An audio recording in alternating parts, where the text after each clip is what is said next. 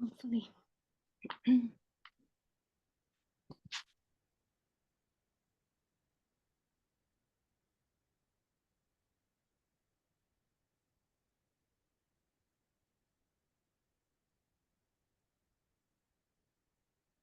Check the Facebook.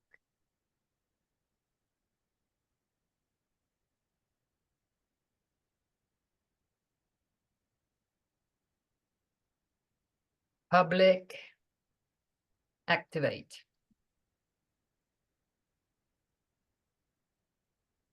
Yay.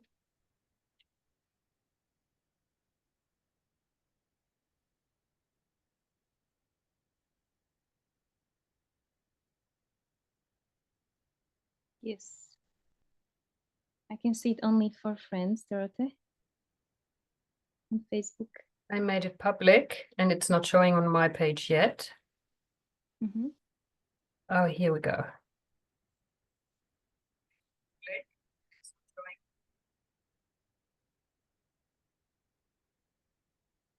Is it showing? 1 second. I see it only for your friends, but if it doesn't want to change, then just do it later.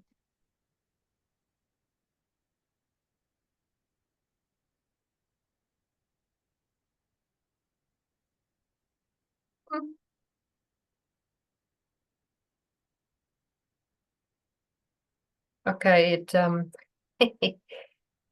doesn't have the dots. It's just live. So this is what we have. Yes, that's fine. Okay, I have to shut this because otherwise I'm frozen. Can you? Okay.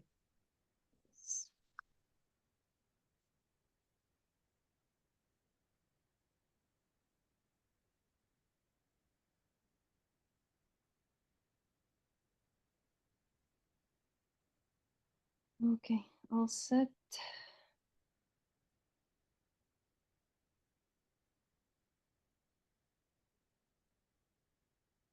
Okay. Is it working now? Yes. Nearly. Yes, I think we're fine now. Great.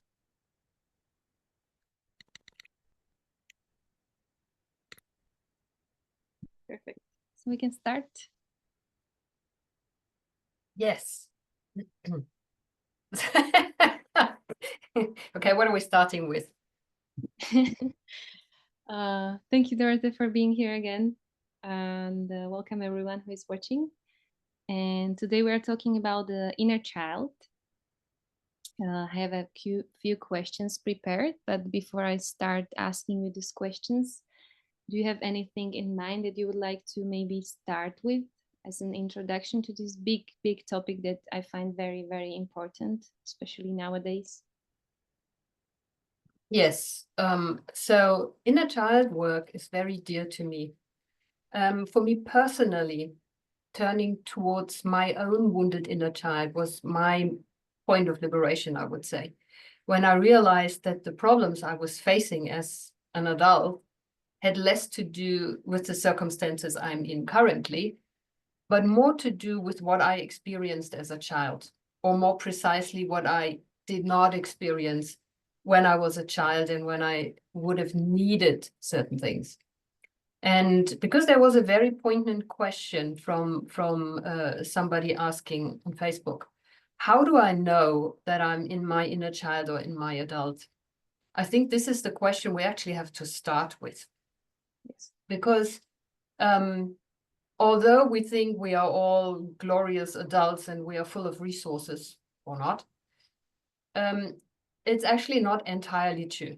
So yes, a lot of times, on a lot of days, we are resourceful adults with our competencies and our gifts and our wonderfulness. But very often during the day when we get triggered, so when something in our surroundings or in our encounters rattles our cage, something inside of us starts to rattle too. And then instead of staying this beautiful adult with our resources and our gifts and talents and powers, we kind of drop back into an older version of us that was not so resourceful at a different time in the past. And then what can happen is that the beautiful adult we are now all of a sudden loses the abilities to deal with the circumstances now, and that we as adults feel not resourceful, alone, very emotional, not in proportion to what's happening, but that we are kind of like falling back into a wounded inner part of us. Now, how do we know? Very simply, when the situation reminds us of something in the past. So when you're feeling triggered, it means your body is activating. So something is happening physically. So there's an energy push or there's a freezing over. And emotionally, very often when we are in our wounded inner child, we feel helpless and hopeless. So simply we feel like we felt as children. Now, when I don't know, is this situation now making me feel helpless as an adult, or does it make me feel helpless as the inner wounded child? Very simply ask yourself, when have you experienced this before? So let's say there's a situation and somebody is not very friendly. The guy in the supermarket is kind of like grumpy, has a bad hair day, or his favorite soccer team lost or whatever, and they are passing a nasty remark. Now, if you're in your adult, resourceful self, you would say, oh, this guy is having a bad day, and you would just take your things and leave. But if your inner child gets activated, all of a sudden you feel, oh my God, something must be wrong with me. Why would he treat me like this? Okay, what have I done wrong? If you would pause in that moment when you're making it all about that supermarket guy who's having a bad day, when you pause and ask yourself, when have I felt like this before? Like, I'm wrong, I'm, not resourceful, it's all about me, I have done something wrong.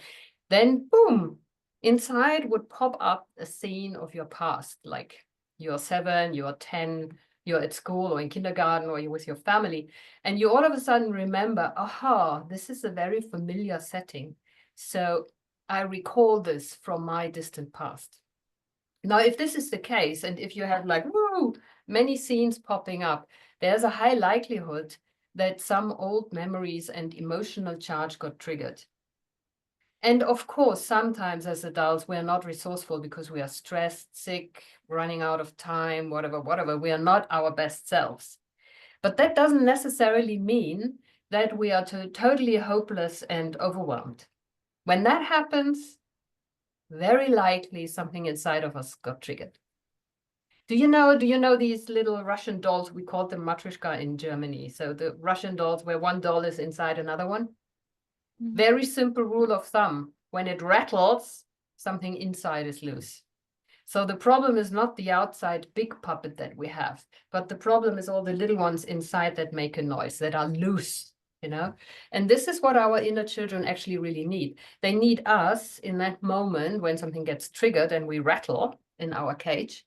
They need us to hold them, to protect them, to keep them safe, to support them in the way we would have needed 20, 40, 50 years ago.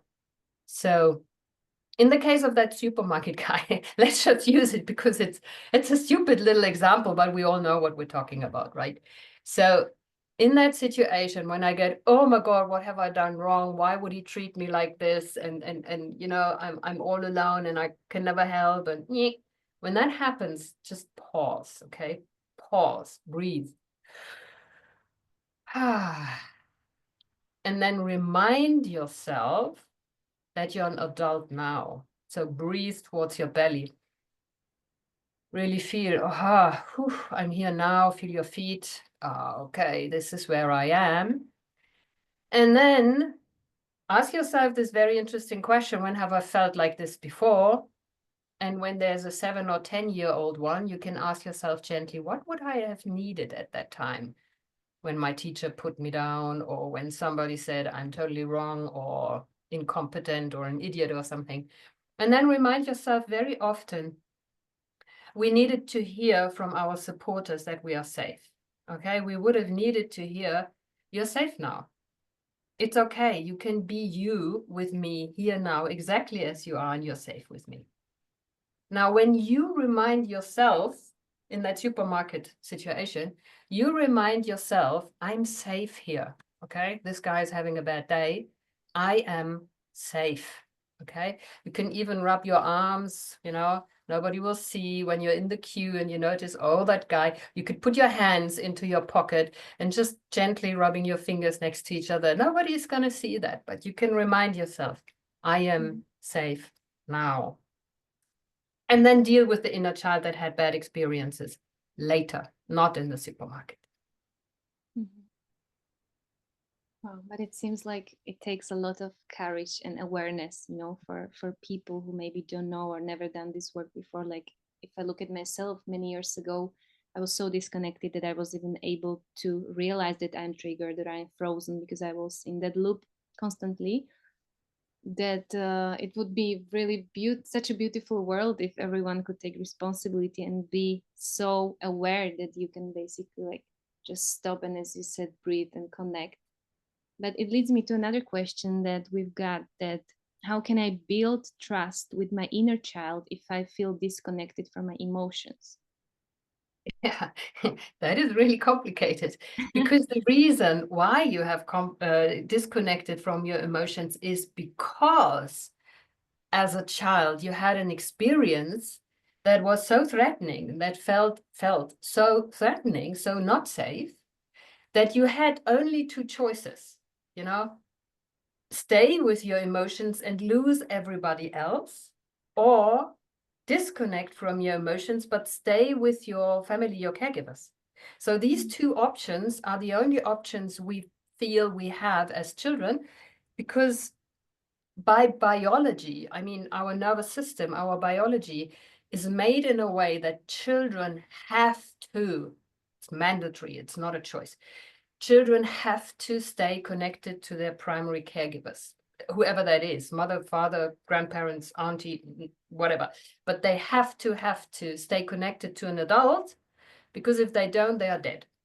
And children have that inside of them. They know, if I have to choose between staying connected with my family, my caregivers, or staying connected to my emotions and my needs and what I want, this is a very easy choice. We will always go with the family, which means every single one of us, we had moments in our life where we had to suppress and deny parts of ourselves.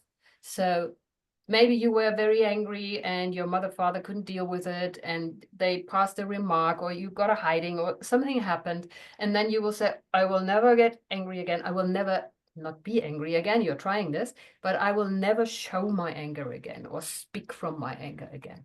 And then the emotions shut down. So when you repeat this often enough, your nervous system actually gets it. So even when the anger is starting to bubble up, the lid comes on.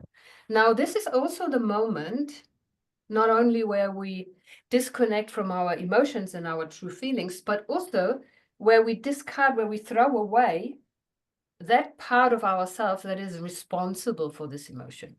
So let's say you are a willful child and you have a lot of great ideas and your parents think the ideas are not so great and they don't allow you to climb up that tree or do whatever your idea was. And they shut you down and say, no, we're not doing this. And you get very angry. And then you get somehow punished, or somehow life butts up against of you. Then it could happen that you decide, okay, when it is so threatening to be this kind of person, I will rather not be this person. And you split a part of yourself away. And this part is not available anymore. So when you repeat this often enough, you will deny that side of you that is inventive, creative, willful, a little bit out of control, rambunctious. You will push her away, and then eventually make your identity the opposite. So I'm not willful, I'm not angry, I'm not all of this, but I'm a very good girl. A lot of people heard when they were growing up, you should see children but not hear them. Or you heard a sentence that goes something like, don't cry or I give you a reason to cry. or you heard a sentence that goes similar to good children do blah, blah, blah, or good children don't, whatever.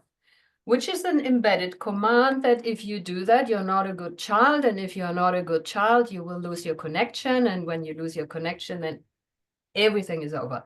So many of us got conditioned to leave parts behind. And these parts, well, wonder, you can't really lose them. So they stay inside. They stay suppressed into your subconscious, or sometimes not so conscious, so different layers. They can be deeply buried or only partly buried, but they're still there. And they remind you occasionally, like in that supermarket with that guy, it reminds you of, oops, there was a part of me that, no, what happened here? So it could happen that these parts start to rise again. You know, they want to come up, but we're not allowing them because we say, no, I'm not like this. I have identified with a responsible, good, diligent, serious person. So I don't do nonsense. I'm not out of control. I don't do anger. I don't do this. Okay. So losing our emotions and losing our inner children or parts of ourselves comes in a package. And when we want to unwrap this, we have to find a way to safely get towards our emotions again. And safely means not overwhelm and, not thrashing through the woods, but safely means to build enough resources here now that I can dare to feel. So I need a safe place, basically. And very often the safe place is in the body. Unfortunately, when I have suppressed my inner child long enough and suppressed my emotions long enough, my body doesn't feel safe because all these emotions live inside. And when they start to rattle, it feels like I'm going out of control. If I allow this kind of feeling, this anger or this sadness, if I allow this to come up, then I'm out of control. And then ... something horrible is going to happen. Now, we have to find a way to feel safe enough to go towards our body. And in my experience, it's best done when we allow ourselves to create a little inner picture, a little inner image of our inner child, and we stay with our adult self. So me, Dorothee, here now, today, I'm resourceful, I'm powerful. If I don't like something, I still have choices. But my inner child did not have these choices. So my adult self, I'm responsible for taking care of my inner child the way maybe nobody did or they couldn't do at that time. Now, me, my adult present self, I'm the resource for my inner child. Now, some people, when they start inner child work, they don't really want to do that because they feel, oh, but my inner child, no, and I don't even like myself. I don't like these aspects. I don't like anger. I don't want to be this person, you know? And then we might have to take other resources on board. We might have to find a safe place that is the feeling of me in my bed, or the feeling of me in the woods, safe in nature, or the feeling of my favorite pet when I was 10, I can still feel the fur or something like this. Sometimes we have to take an external resource if we cannot face ourselves. So this is, it starts and ends with safety, and in that safety, being allowed to feel ourselves. This was a very long answer, sorry. No, it's great because it includes so many other topics. Like I can see how big it is. You mentioned emotions. There is also shadow parts of us. There is trauma. There is like everything. That's why it's Yes. great we are talking about this, because working with inner child, many people are like, oh my God, you are still dealing with this inner child, whatever, whatever. But everything brings us back to that, because what Yeah. we didn't have, we are still searching. We are trying to get it from the outside, and we don't understand, or we don't have exactly the resources how to learn it, how to teach it us to actually be able to feel and so on. Yeah, I can go many ways from here, so I'm just thinking where to take it this time, because yeah, you opened it so brightly and there are so many things what we can talk about. But what I really love what you said is that yeah, in the childhood when I realized that, as you said, when we rather lost ourselves than we lost the others. You know, like if I do something for my parents, I'm afraid I will lose them, but at the same time I'm losing myself. So there is this imprint, I'm saying for myself, that when I'm being authentic, I'm not worthy of love. So we are carrying this, that I'm not surprised why many people these days are afraid to be authentic and to be Yeah. seen in the public, because we have this imprint in us that it wasn't safe. So what can we do practically about it? You know, I'm like, there are many questions that I have here, but for example, there was one lady asking, can I work with my inner child even if I don't remember much of my childhood? Oh, yes. Because the reason why we don't remember much of our childhood is connected to childhood emotional neglect. So this is actually a term coined by Johnny's Webb. Childhood emotional neglect doesn't mean you were beaten and you had nothing to eat. It means in your emotionality, you were not embraced, not supported, not seen. And emotional neglect means either my parents are emotionally immature or not available, for a variety of reasons. No parent bashing, please. I'm a parent myself, and it's no use parent bashing. We're not blaming, but it's simply that as children, we didn't get what we needed to develop a mature, healthy emotionality. And then we shut certain aspects down. And unfortunately, when we are in this survival mode, our memory doesn't work properly and we don't recall all the situations. Okay, so many survivors of childhood emotional neglect with beautiful parents who gave them a rich and abundant life, but were not available emotionally or immature or had something to do or were not available. They report that they don't recall much. They say, I had a happy childhood, but I don't know a lot. I don't remember much. And for me, it was the same problem. So my siblings would call their childhood beautiful and there was nothing wrong, or they would recall things and I would like, I don't, no recollection, I don't know. And it took me a lot of work with my inner child and a lot of realizing what did not happen, which is very difficult. You might even recall once you were lost in the zoo, or you were beaten, or you didn't get that, or somebody didn't come to your game or to your match or to your something, you might recall something that was painful, but to recall what did not happen, okay, this is very difficult, because you first have to take into account that there was a possibility for somebody being kind and caring and giving you hugs and sitting with you and supporting you when you come home and say, my friends didn't like me and didn't get chosen for the soccer team and whatever. So you first have to realize this. So many people with childhood emotional neglect, they don't recall much.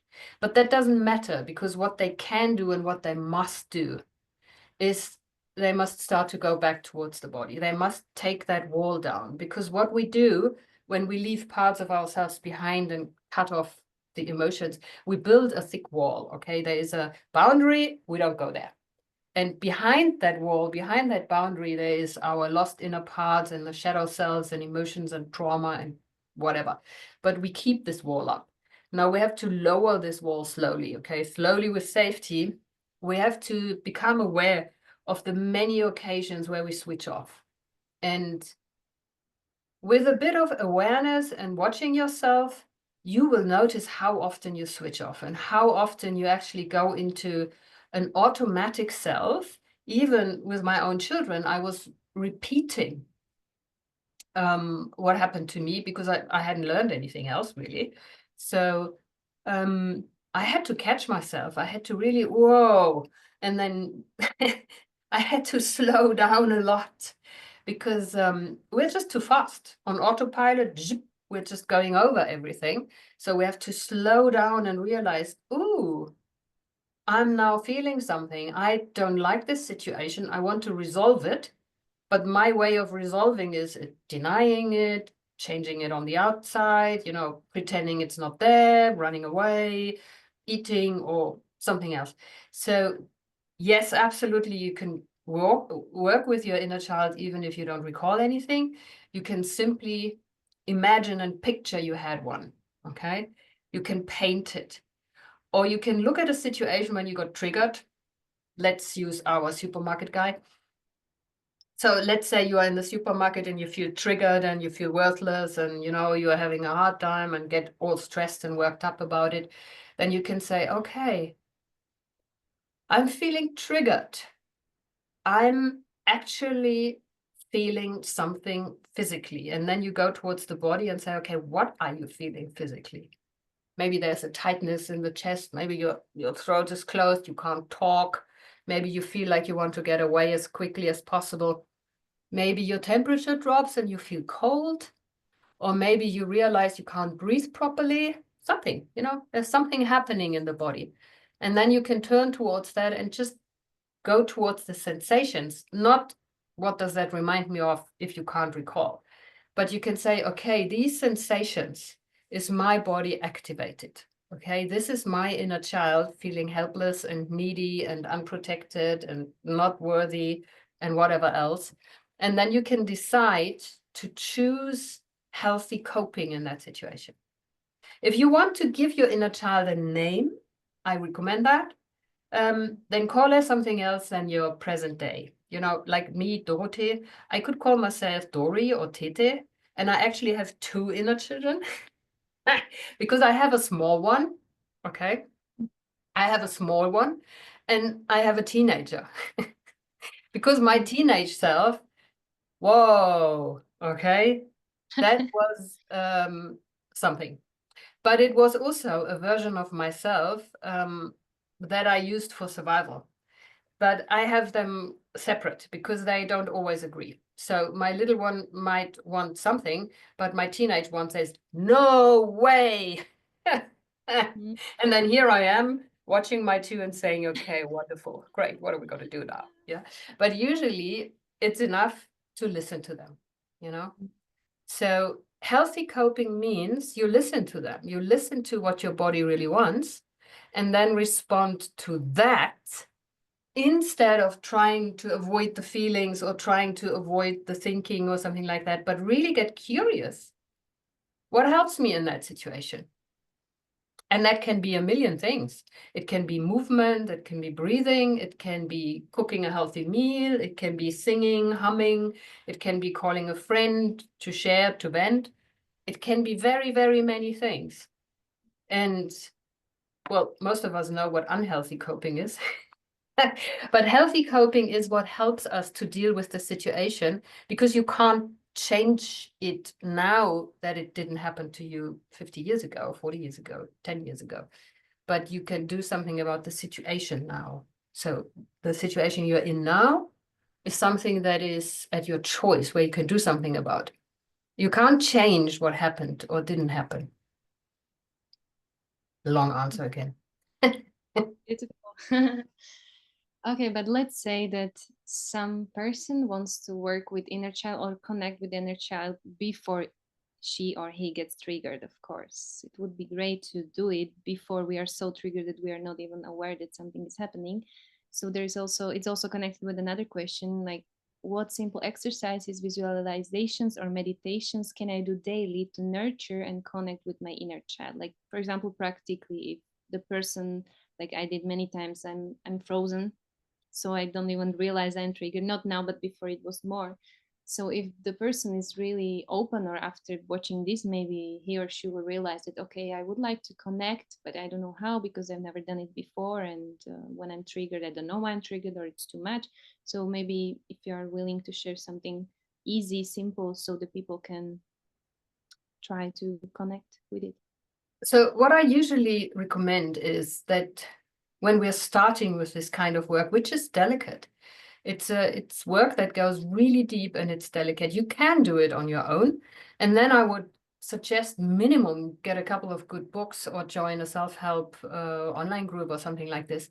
But we also have a live seminar, the InnerChild seminar, that's happening soon in Bratislava. But what we do there is we have an object, okay? So we use either a little stuffy toy we had as a child, or we use a picture we had, or if somebody doesn't have anything, we go outside, we find a little stone or like a chestnut or something, just something small that you can have with you.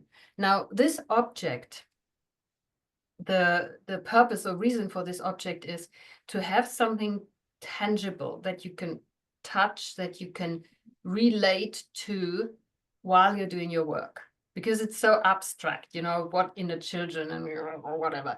So, but if you have a little picture of yourself as a child or as a baby, or you have this thing that you can touch like a stone, what happens here is you can have it in your pocket. Okay, so when you go outside, you have a good idea what your situations are. Okay, you don't like shopping, or you don't like going into the bar, or you have a problem with the subway or something like that. Okay, you know that. So you take that object into your hand, and the resource that you are as an adult, you communicate with this, we are safe. Okay, so you really allowing yourself the feeling of safety. And of course, when we do the seminars, we have established the safe place first. So it's all about finding the resource that you have that reminds you of the feeling of safety and connectedness. And for many people, it's animals rather than humans. Okay, so there's nothing wrong with it. So I can have that stone in my pocket and recall my favorite cat and what she smelled, and the fur and how she was purring and moving.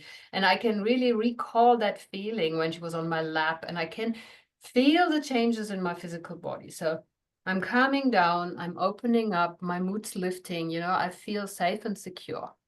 And this is the purpose of the exercise. So if you didn't have an animal, if it's more your grandma or something, recall the smell of the apple pie Sunday afternoon, or recall her smell or how she's walking or the tone of her voice, and really allow yourself to get into this connection and safety mode. And then go to the metro, and then go to the supermarket or wherever you have to go. So stay in a physical, safe connection, and then go about your day. And of course, there's the inner child meditations and all kinds of things. That's actually on my Body Mind online course. So there is an inner child meditation where you can go inside and really meet your inner child and ask for what it needs, or whether it has a message or something like that. So there's a lot of resources online that are available. What helped you, by the way, because you've been to that seminar? Yes, a few times. If you have taken anything from it, if in case, what helped you? What is one example that you took from that you are using now, or a tool, or how do you do that? Yeah, it's very tricky because when I'm okay, I sometimes remind myself, and I do it like every day. I do breathing and I connect with myself. But yeah, once I'm triggered, it's another story. So what's helping me most is I'm learning to be compassionate with myself. That's what I'm learning like this past few months. This is a big game changer for me, as you said, being gentle and being delicate. Even though I'm working on myself for like 10 or 12 years already, there are still layers and layers in me, and there's still things popping up and triggering me. So what I really implemented from your seminars and from the work you do is being kind and loving towards myself, taking time and not judging myself, because this was my like biggest crazy stuff that I did, that I was also punishing myself, why I'm feeling this, why I'm feeling that, like denying all the emotions. So breathing helps me a lot. Yeah. The nervous system, I forgot the name of the breathing, the one that you put your mouth like Yeah, you from the where you straw. breathe out against the resistance. Yeah, the relaxing. It depends about the situation. Sometimes movement helps me because I was mostly freezing down in my past. So moving, dancing, singing, shouting. That when regarding this inner child work, what's helping me is being very gentle and compassionate. That I'm imagining what helped me actually a lot is that I'm very kind and nice to all the people around me, but I was never kind to myself. So last Good few one. weeks, one person told me or asked me that, Mishka, but imagine you are so nice to the others. And in the moment when you are feeling something which is not okay, just remember how you are treating your friends and just switch it and treat yourself the same way. So what I do these days is that I try to remember that, imagine how nice you are to the others, try to be as compassionate as you are with them, with yourself. So this is helping me, and sometimes it's helping me that I imagine my future self, like for example me being older, like 20 years older than I'm now, and what advice would the older Mishka give me now, and it Yeah. helps me to like, okay, I will survive it, the only thing I have to do is being present. So another thing which we did in the seminars was not running away from what is here and now, even though it's very hard. But I'm lucky enough that I have people around me that, in case I can call them, that is helping me too, that I'm able to call for help. Before I Yeah. wasn't able to do it. So the community, that's what I also learned a lot in your seminars, that it's okay to ask for help, and it's okay to be seen when I'm vulnerable, when I'm open, when I'm sad, and whatever. So that's helping me to be able to stand up and call and say, okay, I just feel like shit and I just maybe need to share. And Yeah. sharing helps me sometimes only by sharing what I feel, and I feel on the other side of the phone there is a person who is just with me saying nothing, just being there, like the pure presence just helps a lot. So there are many things, but Yeah, mostly I know. compassion. And I mean, there are so many things that people can take from your seminars, and it's up to each and every person what it's good and compatible with them. Yes, yes. This is why I asked you, because some people have an inner child that is rebellious, okay, and it needs calming down. And some people have an inner child that was frozen very often, so they need gentle activation. And your examples were beautiful, so absolutely 100%. And what you also said is I think the key connection. If you can be there for yourself and connect with yourself, like the adult with the inner child, that's the reason why we do inner child work, because we can be the beautiful parents, the perfect parents we never had. No parent is perfect, it's not possible. So we can be our own best parents for our inner children. And what you said about the breathing, we sell these little bracelets at the seminar. Remember where breathe is on there. Now, of course, you can make your own. You just have wrap something around your wrist as a reminder to breathe. Because when we get triggered, when we get emotional, when we get into the inner child, we stop breathing. So we're shallow breathing in the chest, but we're not breathing towards the belly anymore. So a reminder, like I have when I have clients that I practice these skills with, I have them paint one fingernail in a different color as a reminder. And also what I ask for them to create, and I actually check on them, because if you just tell them to create it, they don't. So they have a little box with all the tools in there. Mm-hmm. So when you get triggered and you have access to this box, either on your phone or you have it in your handbag, like a little metal box, there you have all the things in there that help you to come to the present moment. Mm-hmm. So breathing techniques are in there, little notes about the breathing techniques. There is something in it with a smell, either a little flask of perfume or a little piece of fabric with a drop of aromatic oils on there. So something that smells, because that takes you immediately to the moment. It's the last sense that you lose. So this is why you can take unconscious people back into consciousness with smell.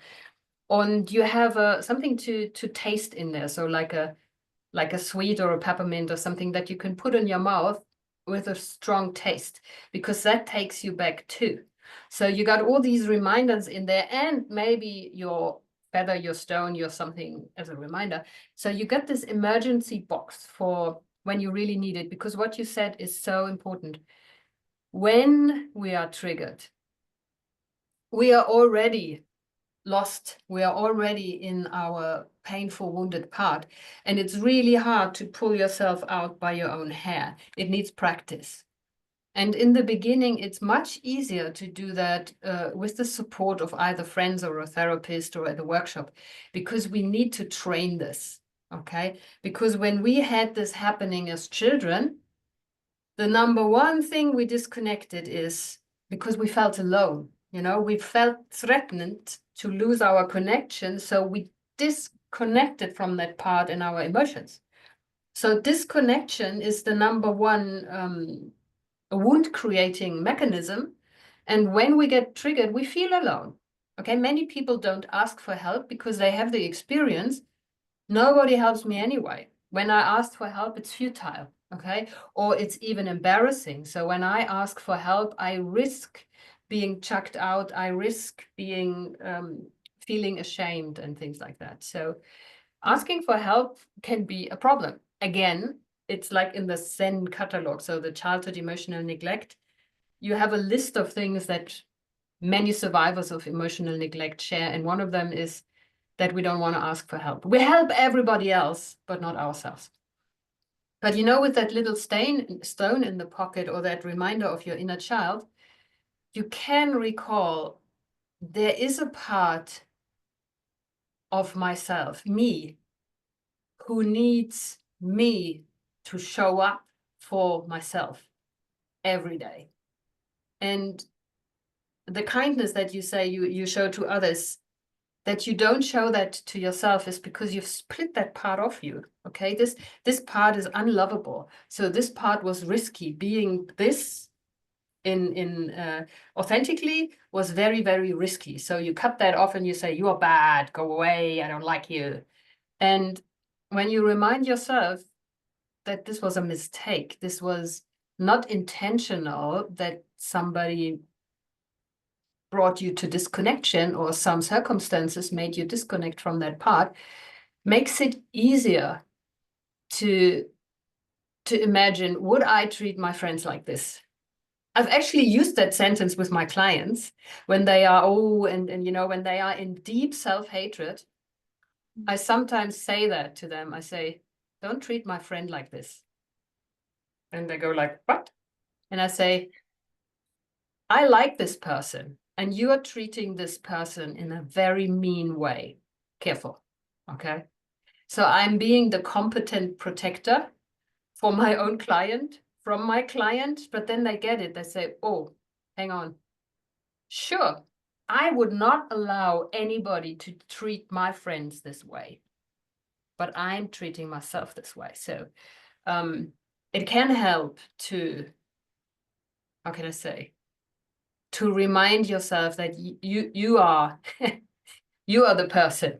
Okay, it's like I saw this post the other day, like you were given a human. When you were born, you were given a human. So treat yourself kindly and with responsibility. So, and as a reminder, have a little token, like a little stone or chestnut or something like that. And what also helped me was actually you said one sentence lately that the things that happened, it wasn't our fault, but in a way that not giving up the responsibility, because of course there can be a person living in life saying nothing is my fault, nothing is my fault, you know, from the ego. But when you look at it like you explained, that helped me a lot too, that we have to realize that we just did our best, everyone is doing their best. Just have to really feel it, okay, it wasn't my fault, but I am here now, I'm safe, and I can, it's my choice how I will treat myself. So that's also helped me a lot, that sentence that you shared. And you can actually, depending on your personality type. So I'm a little bit careful with this sentence with people who are overly diligent or very, how can I say, rigid. But sometimes I say, it was not your fault, but to take care of yourself now is your responsibility. So you're responsible for yourself now. I'm careful with the sentence with people who are too rigid, you know, people who are harsh and self-denying. Sometimes they take it as a critique and then they bash themselves even more. Oh, why am I not looking after myself? But maybe we can change this responsibility harshness into the ability to respond, because we were not a choice when we were young, but now we are. And so how we respond to that situation, to that funny guy in the supermarket, this is our choice, really. when we are locked into our unresourceful, wounded part, we have no choice. We don't see choices. So anytime you see only black and white and both is not okay, it's a sure tell sign that you're in your wounded part, your shadow part. So if you lose choices, you're triggered, leave it. It's not going to work anyway, because you can't see the bigger picture currently. So you have to regulate first. So you have to first get yourself out of the survival mode. So you have to connect to a safe place, call a person, use healthy coping, go walk, scream, hum, breathe, do something else, and then make a choice. Because in that black and white, you don't have a choice. It's choiceless. It's like both is horrible. So whatever you do. And when you have this kind of focus, you're in survival mode. Because in a resourceful, regulated, connected adult, you see many possibilities. And usually you use all your centers. So your thinking, your feeling, and your senses, your intuition, to make an informed choice. Okay, you have a gut feeling and you got a emotional feeling about it. You say, yeah, it doesn't feel good, or yeah, it feels quite okay. And then your mind says, okay, we could do it. Like they work together. But when you are triggered, when you are in your, how can I say, when you are in that inner child that's wounded, you don't have these choices. You only see one avenue. It's like, I need to get out of the situation now. Okay.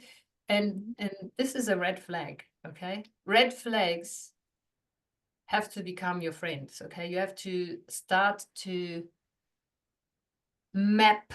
It's like a map, like a landscape, like a map of your territory. So what scares you, what frightens you, what your fears are. You need those red flags, like, uh-oh, this is a trigger warning. So, and not to avoid all the triggers, but to treat them wisely, okay? To know, okay, today I have this meeting and I have to ask for a raise or something like that. This is potentially probably going to trigger me. So how can I support myself? Okay. And then you support yourself, you prepare yourself, you breathe, you take your items with you, you move, you find your feet, you do everything you need to do before. And then sometimes, like you said, connection is the key, because our inner children were disconnected. So to connect with them and to play with them, or to go on to the next playground and slide, or, swing, play is really important. Actually, playing is a regulation tool. So if you want to regulate your nervous system, go and find some children or animals and play with them. Of course, you can play by yourself and swing and roll and do things, but it's far more effective when you play with others. Just horse around, just be stupid.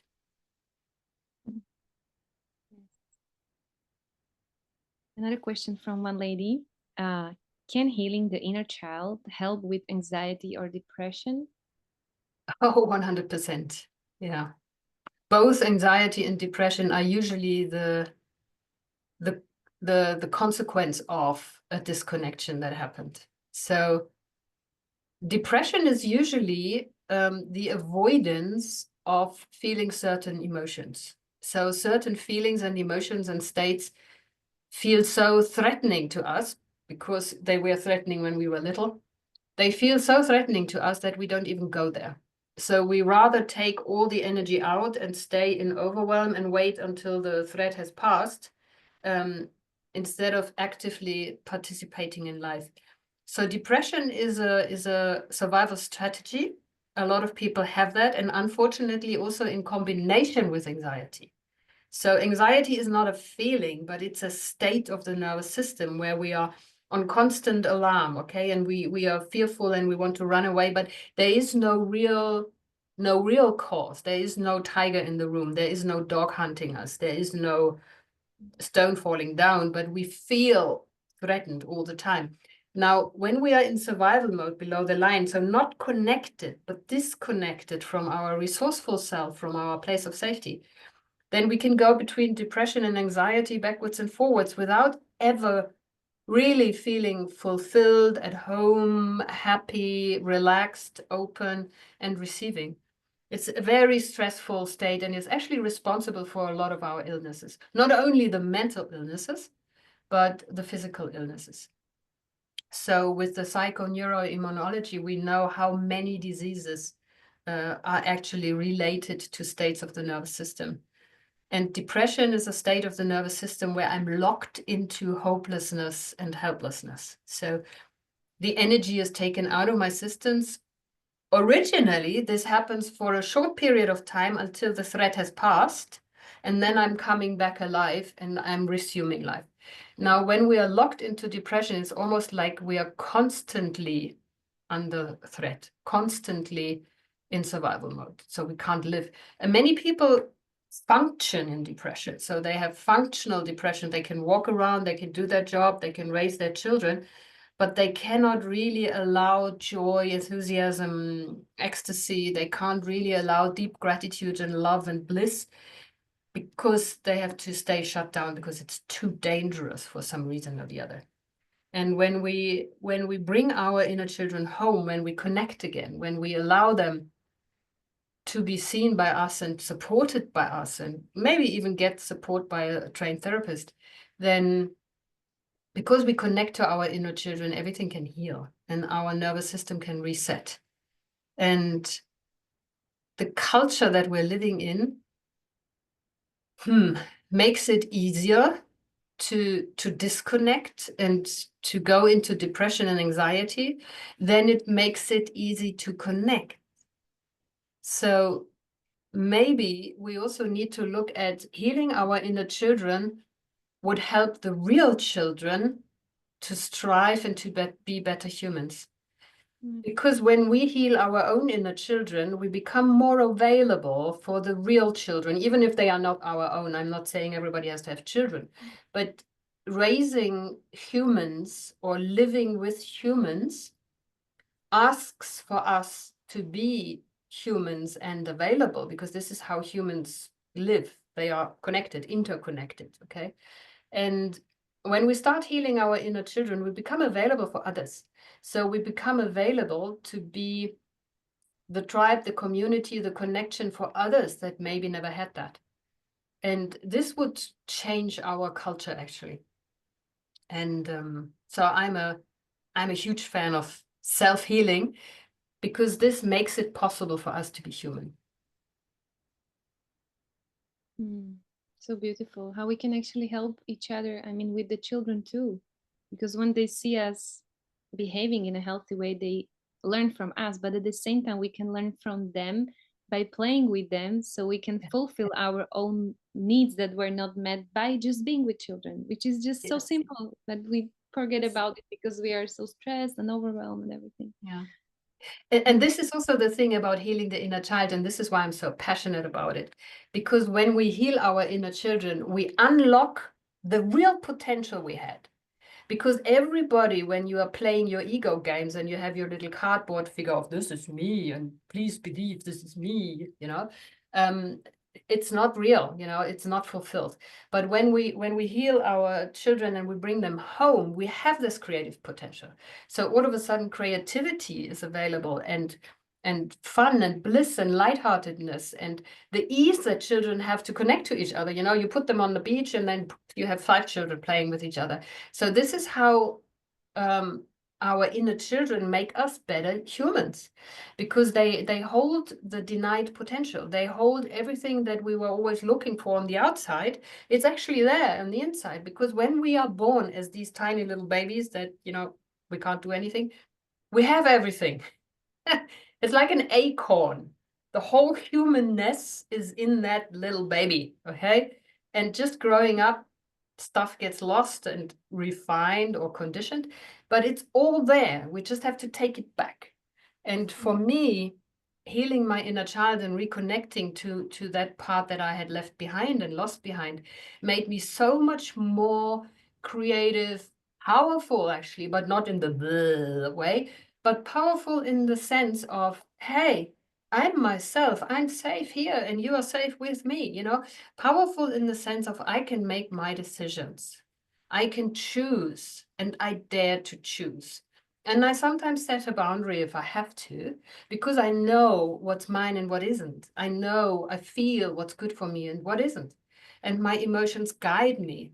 And powerful doesn't mean I have to barge over other people. It simply means that what I was gifted with, my talents, my special abilities, my gifts, my stupidity, my creativity, is available and can express itself. So when I say power, I mean this life force inside that is powering everything. That can live through me then.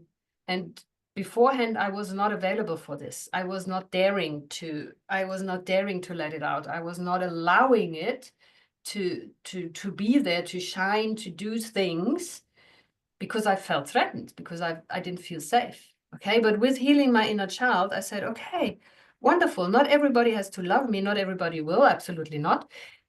But being myself and being with me, I can explore my talents. Or what I, as my own good mother, then did was I was finding out, okay, what is your talent? What do you really want to refine? What do you want to play with? What are you good at? What do you really like? And how can that serve humanity? How is that livable? How can this live itself?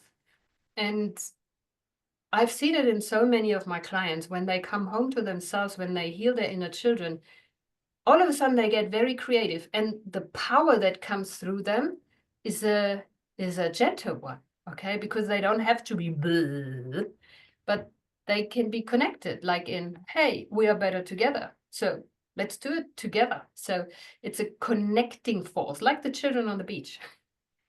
So I really love this, how can I say, this synergy that happens when people are authentically themselves and they say, hey, how can we play? Let's see. Let's throw our talents in the pot and let's see what happens.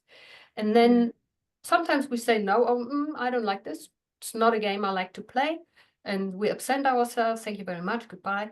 But very often magic happens. And this is why inner child work I'm passionate about. I love it.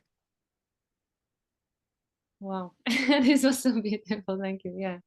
Everything. You just shared everything.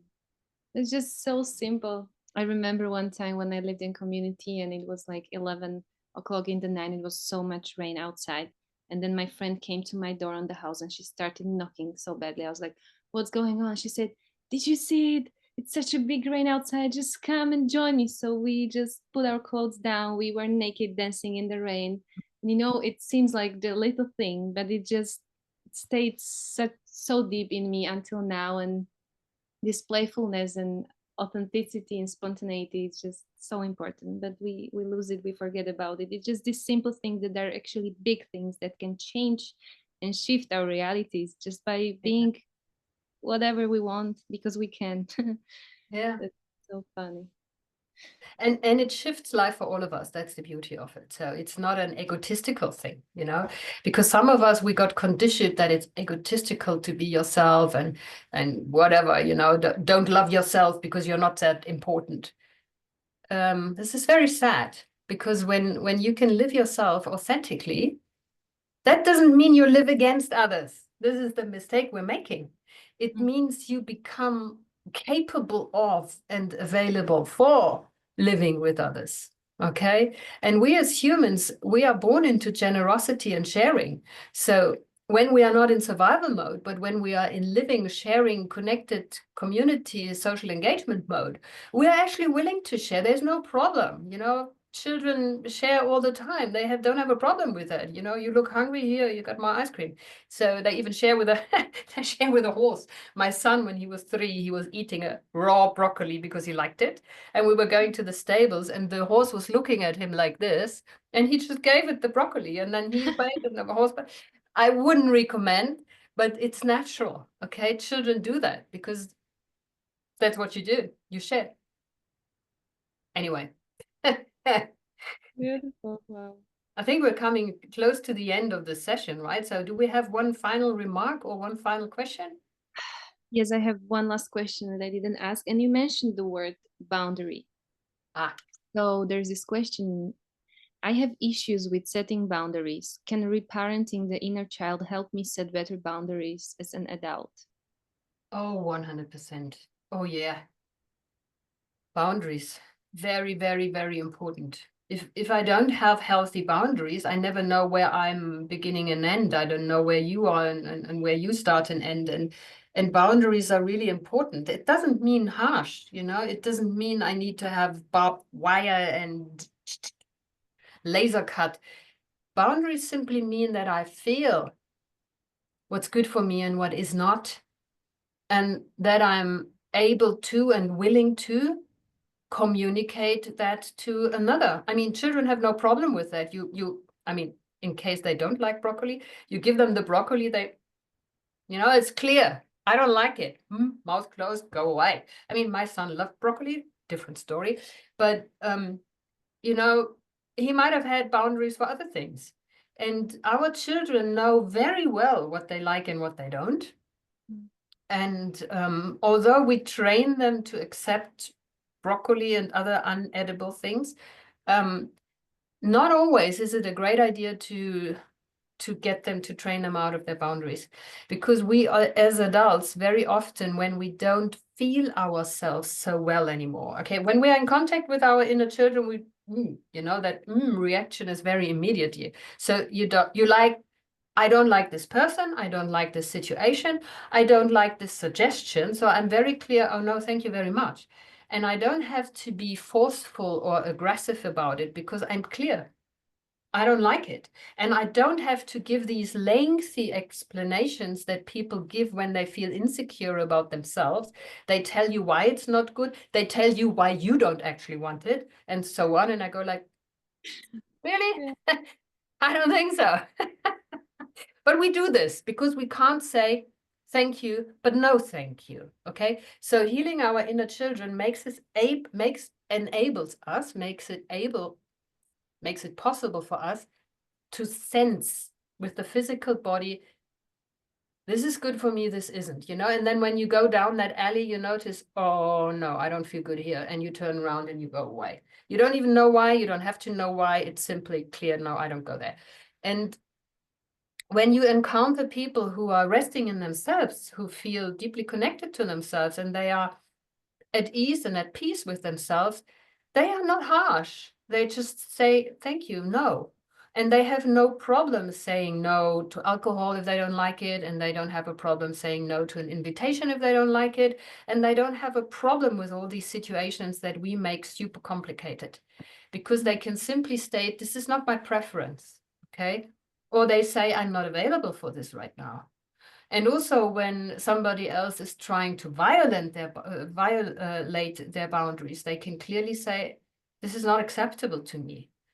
Either this stops or I leave the situation. And they don't have an issue with that. It's like clear. And boundary work is almost always necessary when I have clients that had childhood emotional neglect, so they don't feel boundaries. They might notice other people's boundaries and run after them all the time, but they can't feel their own. Because to feel boundaries, we need to have our senses, our physical sensorium, and we need our emotional information.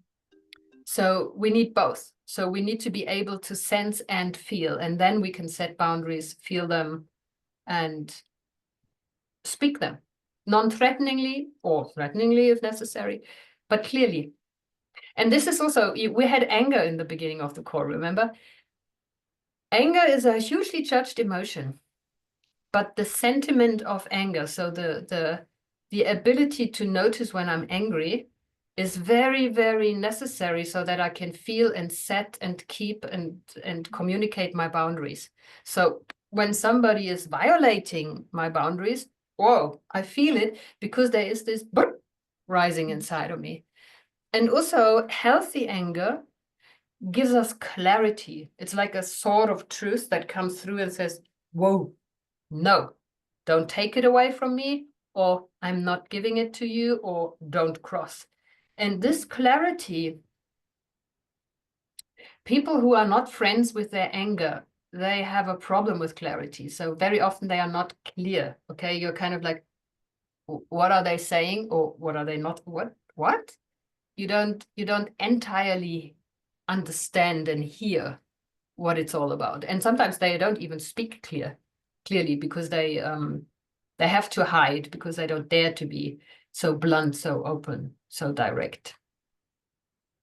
Long answer again, sorry. No, but it's perfect. So at the end, I just want to mention so people don't forget that we have the seminar in Bratislava soon at the end of May, which will be around this inner child topic. So I just wanted to mention if anyone would love to join. We have 10 last spots. So if people are hesitant, now is the time to decide and to make it clear if they want to join or not.